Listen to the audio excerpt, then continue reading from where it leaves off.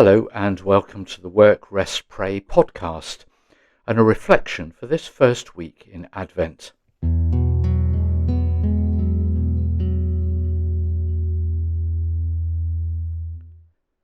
Being hopeful is a choice. Over the years I've become more and more aware that we all make choices. Some choices are more conscious than others perhaps, and faced with particular circumstances some will reply quite understandably, "But I have no choice, Richard." That said, we probably have more choices than we realise.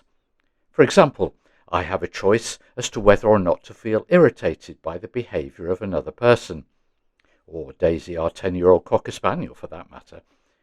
In other words, I could choose not to feel irritated. We have a choice as to whether we turn a blind eye to unacceptable behaviour by others, at work or home or church, and we've seen the consequences of such choices all too publicly in recent times.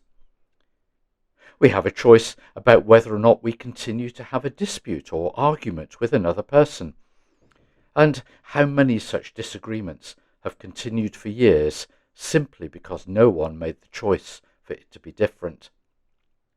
We have a choice as to how to respond to illness or other life-changing occurrences. Being hopeful is a choice. Now, of course, it's true for all of us that it takes no effort whatsoever to be pessimistic, to be negative, to find fault, to be hopeless, whereas it takes a lot of effort to be hopeful. The Old Testament figure of Job is often portrayed as someone who was hopeless, stricken by illness, misfortune, and the misplaced comfort of other people. But let's hear some words of Job and see what resonates for us today. Job chapter 7, verses 4 and 6. When I lie down, I say, when shall I rise? But the night is long, and I am full of tossing until dawn. My days are swifter than a weaver's shuttle, and come to their end without hope. You get the picture. We've all been there. Maybe you are now. But at least Job can say this, chapter 14, verses 7 to 9. For there is hope for a tree if it is cut down, that it will sprout again, and that its shoots will not cease.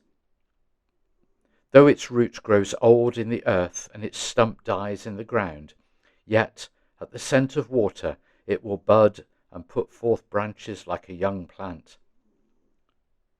Being hopeful is a choice, and in this time of Advent we are to wait in hope.